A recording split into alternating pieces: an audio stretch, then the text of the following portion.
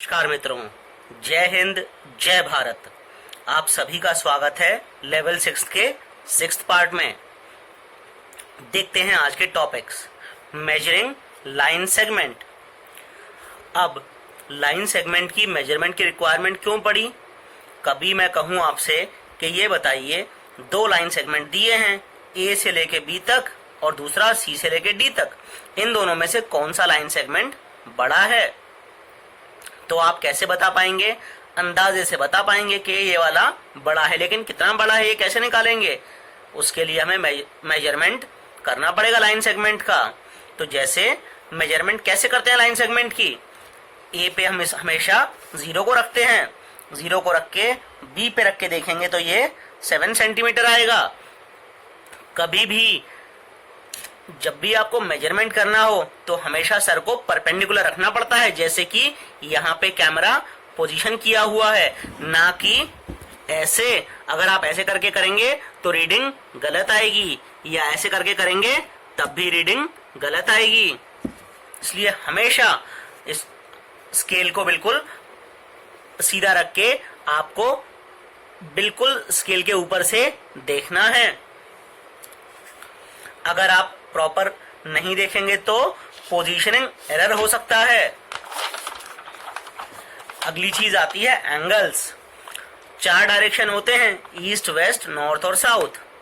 अगर अब आप ईस्ट की तरफ खड़े हों और मैं बोलूं एकदम से आपको कि आप लेफ्ट टर्न हो जाइए नॉर्थ की तरफ, तो आप कितना डिग्री घूमते हैं? आप घूमते हैं 90 डिग्री। 90 डिग्री को राइट एंगल भी कहा जाता है। अब अगर आप नॉर्थ पे खड़े हो, मैं बोलूं वेस्ट की तरफ मुंह करिए और आप वेस्ट की तरफ मुंह करें, तो वापस से आप एक और राइट एंगल मुड़ गए। लेकिन अगर आप ईस्ट में खड़े होकर नॉर्थ में मूव करते हैं और नॉर्थ में लेके वेस्ट में मूव करते हैं, तो आप क्लॉक के उल्टा घूम रहे हैं। इस डायरेक्शन को बोलते हैं एंटी क्लॉकवाइज डायरेक्शन। और अगर आप नॉर्थ पे खड़े हैं और मैं बोलूं ईस्ट में हो जाइए, यानी कि क्लॉक के डायरेक्शन के साथ आप मूव कर रहे हैं, यहां से ऐसे। क्लॉक भी ऐसे ही घूमती है, इसलिए इस डायरेक्शन को बोलते हैं क्लॉकवाइज डायरेक्शन।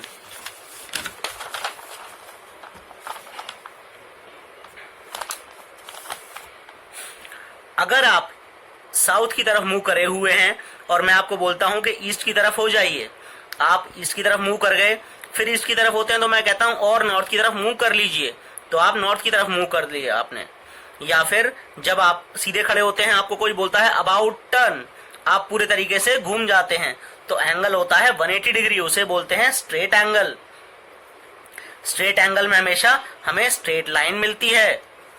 और अगर आप पूरा एक चक्कर लगाते हैं तो उसमें 360 डिग्री होते हैं, उसे हम कंप्लीट एंगल भी बोलते हैं। यानी अगर आप ईस्ट की तरफ मुंह करके खड़े थे, आपसे कहा गया 90 डिग्री राइट में रोटेट हो जाइए, तो आप 90 डिग्री मूव किया, फिर 90 डिग्री कहा गया, फिर आपने मूव किया, फिर 90 डिग्री, फिर आपने मूव किया, फिर 90 डिग्री, वापस से आप इसकी तरफ मुंह करके खड़े हो गए, तो एक कंप्लीट रेवोल्यूशन पूरी हो गई, और इसे हम कंप्लीट एंगल बोलते हैं। कंप्लीट एंगल 360 डिग्री में डिवाइड होता है। आइए और एंगल्स के बारे में जानते हैं। आप सभी के घर पे करीब करीब लकड़ी वाली सीढ़ी तो होगी ही होगी। दीवार अगर नीचे फर्श मान लिया जाए और ये आपके घर की दीवार मान ली जाए, तो आप उस पे तिरछा करके छत पे चढ़ते हैं उस सीढ़ी की मदद से। तो यहाँ तो आपका 90 डिग्री का एंगल बन गया घर की दीवार और फर्श के बीच में, लेकिन 2 एंगल और बने। जो 2 एंगल बने वो एक बना सीढ़ी और दीवार के बीच में, और एक सीढ़ी और एक फर्श के बीच में। ये दोनों के दोनों एंगल्स 90 डिग्री से कम हैं। इनको बोला जाता है एक्यूट एंगल। सिमिलर वे में अगर 2 लाइन इंटरसेक्ट कर रही हैं, जैसे लाइन ए बी और लाइन सी डी, तो यहाँ पे 4 एंगल बनेंगे। एंगल ए ओ सी और एंगल डी ओ बी, जो कि एक्यूट एंगल होंगे। और 2 एंगल और बनेंगे। कौन से? वो बनेंगे एंगल ए ओ डी, यानी कि ये वाला, और एंगल सी ओ बी, यानी कि ये वाला। ये दोनों एंगल अगर आप देखें तो 90 डिग्री से ज्यादा हैं।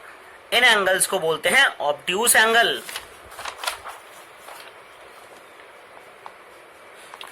अगला टॉपिक मेजरिंग एंगल्स।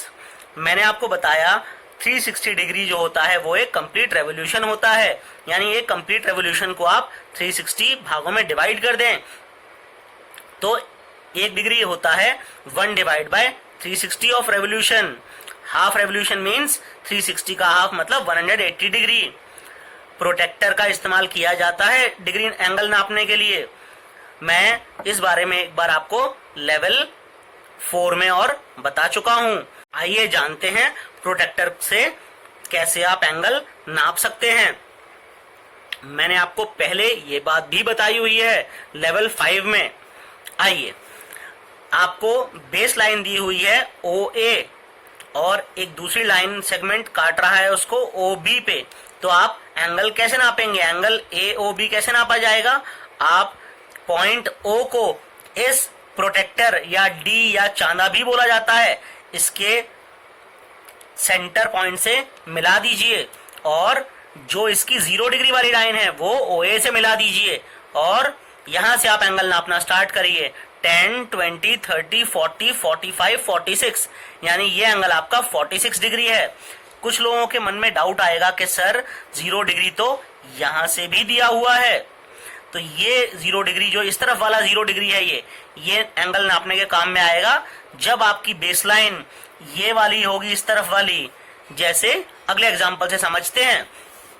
इस केस में AOB ये एक और एंगल है लेकिन ये लेफ्ट साइड से स्टार्ट होता है, तो इसलिए मैं सेंटर पॉइंट को O पॉइंट पे रखूंगा और बेस लाइन से लेफ्ट साइड वाली लाइन मिलाऊंगा। जब आप इससे मिलाएंगे तो आप देखेंगे 10, 20, 30, 40 और ये 44 डिग्री का एंगल बनेगा। अब क्लियर हुआ कि आप कब राइट साइड से एंगल नापेंगे और कब लेफ्ट साइड से एंगल नापेंगे। आइए एक बार 90 डिग्री वाला एग्जांपल लेते हैं। सिमिलर वे में वापस से मैं O पर सेंटर पॉइंट रखने वाला हूं। मैंने सेंटर पॉइंट O पर रखा और बेस लाइन से अपनी प्रोटेक्टर की 0 डिग्री वाली लाइन को मिला लिया, तो क्या पाया मैंने? OB जो है वो 90 डिग्री पे है, एग्जैक्ट 90। इसलिए इसको हम लोग राउंड की जगह छोटा सा बॉक्स बना देते हैं जिससे मैं समझ पाऊं कि ये एंगल 90 डिग्री है। अब अगर ऑब्ट्यूस एंगल होगा तो कैसे नापा जाएगा? वापस से वही तरीका है, सिंपल। आप बेस लाइन से 0 डिग्री वाली लाइन को मिला लीजिए और एंड पॉइंट से इजीली आप अपने सेंटर पॉइंट को प्रोटेक्टर के मिला लीजिए। जब आप मिलाएंगे तो आप देखेंगे कि आपका एंगल 0 जहां से शुरू हो रहा है वहां से नापना शुरू करते हैं। 0, 10, 20, 30, 40, 50, 60 करते करते 128 डिग्री। इस टाइप से आप ऑब्ट्यूस एंगल को नापते हैं। अगला टॉपिक परपेंडिकुलर लाइंस। अगर मैं 2 लाइन मान लूं AB और CD आपस में पॉइंट O पे काट रही हैं, अगर एंगल BOC 90 डिग्री होगा तो मैं इन लाइंस को परपेंडिकुलर लाइंस बोल सकता हूं। जैसे इस केस में देखते हैं, जहां पे दोनों लाइंस मिल रही थी उस पॉइंट को मैंने प्रोटेक्टर के सेंटर पॉइंट पे रखा और मैंने पाया एंगल BOC 90 डिग्री के बराबर है। अगर मैं ध्यान से देखूं तो BOA ये मेरा 180 डिग्री बनता है। क्यों? थोड़ा पीछे रिवाइंड करके देखिए, मैंने क्या बताया था? हाफ ऑफ रेवोल्यूशन कितना होता है? 180 डिग्री। तो अगर ये 90 डिग्री है तो दूसरा वाला पार्ट भी ये वाला 90 डिग्री होगा। एक खास चीज आती है इसमें, अगर line segment AO equals to OB होता है तो हम बोलते हैं CD is perpendicular bisector of AB, क्योंकि ये डिस्टेंस और ये डिस्टेंस दोनों बराबर हैं, दोनों की लंबाई सेम है। अगर कोई एक लाइन दूसरी लाइन को बीच में से काट रही हो तो पहली लाइन को परपेंडिकुलर बाइसेक्टर कहा जाता है। आज का अगला टॉपिक है क्लासिफिकेशन ऑफ ट्राइंगल्स। अगर आप लोगों को ध्यान हो तो हम लोगों ने पढ़ा था कि sided polygon is called triangle. तो ट्राइंगल कितने प्रकार के होते हैं जानते हैं, चलिए आइए। अगर ट्राइंगल में सारी की सारी साइड्स इक्वल हैं तो ट्राइंगल के तीनों एंगल भी बराबर होंगे। वैसे ट्राइंगल को हम इक्विलेटरल ट्राइंगल कहते हैं। जिन ट्राइंगल की दो साइड्स बराबर होती हैं उनके दो एंगल्स भी बराबर होते हैं। वैसे ट्राइंगल्स को आइसोसेलेस ट्राइंगल्स कहा जाता है। जिस ट्राइंगल में कोई भी दो साइड इक्वल नहीं होते उनके सभी एंगल्स भी अनइक्वल होते हैं, उनको स्केलिन ट्राइंगल बोलते हैं। इसी बात को मैं घुमाकर भी बोल सकता हूं। कैसे? ऐसे बोलते हैं, जिस ट्राइंगल के सारे एंगल बराबर होते हैं उनकी तीनों साइड्स बराबर होती हैं, उनको इक्विलेटरल ट्राइंगल कहा जाता है। जिन ट्राइंगल के दो एंगल्स बराबर होते हैं उनकी दो साइड्स भी बराबर होती हैं, उसको आइसोसेलेस ट्राइंगल बोलते हैं। और जिस ट्राइंगल के कोई भी दो एंगल बराबर नहीं होते तो उसकी कोई भी साइड भी बराबर नहीं होती, उन ट्राइंगल को हम लोग स्केलिन ट्राइंगल्स कहते हैं। अगर मैं एंगल के आधार पे क्लासिफाई करूं ट्राइंगल्स को, तो अगर किसी ट्राइंगल ABC के सारे angles, angle CAB, angle ABC और एंगल BCA, सारे एंगल 90 डिग्री से कम है, तो ऐसे ट्राइंगल को हम एक्यूट एंगल्ड ट्राइंगल बोलते हैं। अगर ट्राइंगल में कोई भी एक एंगल 90 डिग्री हो तो उसको हम राइट एंगल्ड ट्राइंगल बोलते हैं। अगर ट्राइंगल में कोई भी एक एंगल 90 डिग्री से ज्यादा है तो उसे ऑब्ट्यूस एंगल ट्राइंगल बोलते हैं। जैसे इस केस में एंगल CAB 90 डिग्री से ज्यादा है तो इसको हम ऑब्ट्यूस एंगल ट्राइंगल बोलेंगे। आइए जानते हैं कुछ स्पेशल पॉलीगन्स के बारे में जिनकी चार साइड होती हैं। अगर किसी भी पॉलीगन की चार साइड हैं और चारों साइड बराबर हैं और चारों एंगल, यानी कि एंगल इस डायग्राम में देखते हैं, angle DAB, angle ABC, angle BCD और एंगल CDA, ये सारे के सारे एंगल 90 डिग्री हैं और साइड्स भी बराबर हैं और डायगनल्स DB और डायगनल AC आपस में दोनों बराबर हों तो इस टाइप के फोर साइडेड पॉलीगन को स्क्वायर कहा जाता है। दूसरी स्पेशल पॉलीगन होता है फोर साइड वाला, जो होता है रेक्टेंगल। रेक्टेंगल की अपोजिट साइड्स बराबर होती हैं, सारे के सारे एंगल 90 डिग्री होते हैं और आपस में बराबर होते हैं।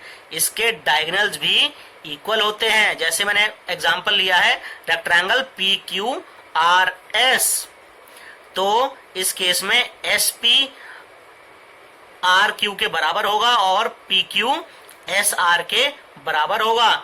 चारों एंगल 90 डिग्री के हैं और आपस में बराबर हैं। डायगोनल्स SQ और डायगोनल PR भी बराबर हैं। अगली special polygon with four sides है पैरेललोग्राम। जैसा कि आप नाम से समझ सकते हैं, अपोजिट साइड्स इक्वल और पैरेलल होती हैं, जैसे कि रेक्टेंगल के केस में था, लेकिन एंगल्स 90 डिग्री नहीं होते। जैसे यहां मैंने दिखाया हुआ है पैरेललोग्राम ABCD। इस ABCD में AB is equal to CD और DA is equal to CB। Angles कोई भी आप ध्यान से देखें तो 90 डिग्री नहीं है, डायगोनल्स इसके बराबर नहीं होते। DB is lengthier than AC। इस टाइप के क्वाड्रिलेटरल को आप पैरेललोग्राम बोलते हैं। अगला special polygon with four sides होता है रोम्बस। रोम्बस में चारों साइड्स बराबर होती हैं, जैसा मैंने इस डायग्राम में समझाया हुआ है। AB is equal to BC equals to CD equals to DA।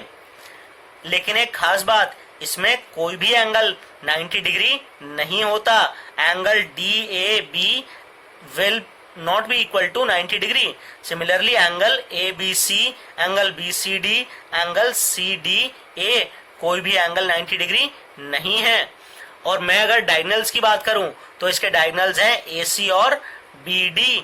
दोनों डायगोनल्स आपस में अगर एक पॉइंट O पर मिलते हैं तो दोनों के दोनों डायगोनल्स आपस में एक दूसरे को बाइसेक्ट करते हैं। और एक खास बात, जो आपका डिस्टेंस AO होगा that will be equal to OC और distance DO will be equal to OB। अगला स्पेशल पॉलीगन विद 4 साइड आता है ट्रेपेजियम। ट्रेपेजियम में एक pair of opposite sides parallel होती है और बाकी दूसरी नहीं होती, यानी कि केवल एक साइड ही इसमें पैरेलल होती है लेकिन इक्वल वो नहीं होती है। एंगल ट्रेपेजियम में कुछ भी हो सकता है, जैसे मैंने एग्जांपल लिया है ABCD ट्रेपेजियम का। AB is parallel to CD लेकिन इक्वल नहीं है। यानी अगर मैं पूरा चार्ट बनाऊं तो पॉलीगन्स जो होते हैं वो डिपेंड करता है नंबर ऑफ साइड्स पे। 3 साइडेड पॉलीगन को हम ट्राइंगल बोलते हैं, 4 साइडेड पॉलीगन्स को हम लोग क्वाड्रिलेटरल्स बोलते हैं। क्वाड्रिलेटरल्स स्क्वायर हो सकता है, रेक्टेंगल हो सकता है, पैरेललोग्राम हो सकता है, रोम्बस हो सकता है और ट्रेपेजियम हो सकता है। अभी हम इन बारे में पढ़ चुके हैं। 5 साइडेड पॉलीगन को हम पेंटागन बोलते हैं। पेंटागन से शायद आपको अमेरिका का नाम याद आ रहा होगा। सिमिलर वे में 6 साइडेड पॉलीगन को हेक्सागन कहा जाता है। 7 साइडेड पॉलीगन को सेप्टागन या हेप्टागन के नाम से जाना जाता है और 8 साइडेड पॉलीगन को ऑक्टागन कहा जाता है। आज इस वीडियो का लास्ट टॉपिक 3D शेप्स। आप लोग सब लोग बॉल से खेलते हैं, देखी तो होगी एटलीस्ट, तो वो स्फेरिकल शेप की होती है, यानी कि स्फेयर बोल सकते हैं हम। आइसक्रीम खाई है कोन वाली, उसका कोन शेप होता है, या बर्थडे हैट पहनी है वो कोन शेप होता है वो भी, लेकिन बस उसे उल्टा घुमा दिया गया होता है। सिलेंडर, पानी पीते हैं ग्लास में तो वो सिलेंड्रिकल शेप का होता है। ईंटें देखिए जिससे घर बनता है वो क्यूबॉइड होता है। लूडो खेला है आप लोगों ने? लूडो क्यूब होता है क्योंकि उसमें सारे साइड्स बराबर होते हैं और किसी भी एक तरफ जहां आपके बिंदु लगे होते हैं उस चीज को हम बोलते हैं फेस। जो कोने होते हैं उनको बोलते हैं एजेस और जो कॉर्नर के पॉइंट्स होते हैं उन्हें बोलते हैं वर्टेक्स। अगली 3D शेप आती है पिरामिड। पिरामिड तो आप लोगों ने सुना ही होगा। कहाँ के पिरामिड फेमस हैं आप कमेंट बॉक्स में जरूर लिख के बताइएगा। तो पिरामिड अगर आप ऊपर से देखें तो ट्राइंगल दिखेगा और बीचों बीच उसका एक पॉइंट दिखेगा जो सारे के सारे वर्टेक्स से जुड़ा हुआ होगा, तीनों वर्टेक्स से। अगली शेप आती है 3D प्रिज्म। प्रिज्म सामने की तरफ से ट्राइंगल दिखता है, जबकि अगर आप साइड से देखें तो वो एक रेक्टेंगल दिखेगा। प्रिज्म में फेसेस होते हैं, सामने की तरफ से ट्रायंगुलर फेस, साइड से रेक्टेंगुलर फेस। जो आपके किनोर होते हैं उनको हम एजेस बोलते हैं और कॉर्नर्स को वर्टेक्स नाम से जाना जाता है।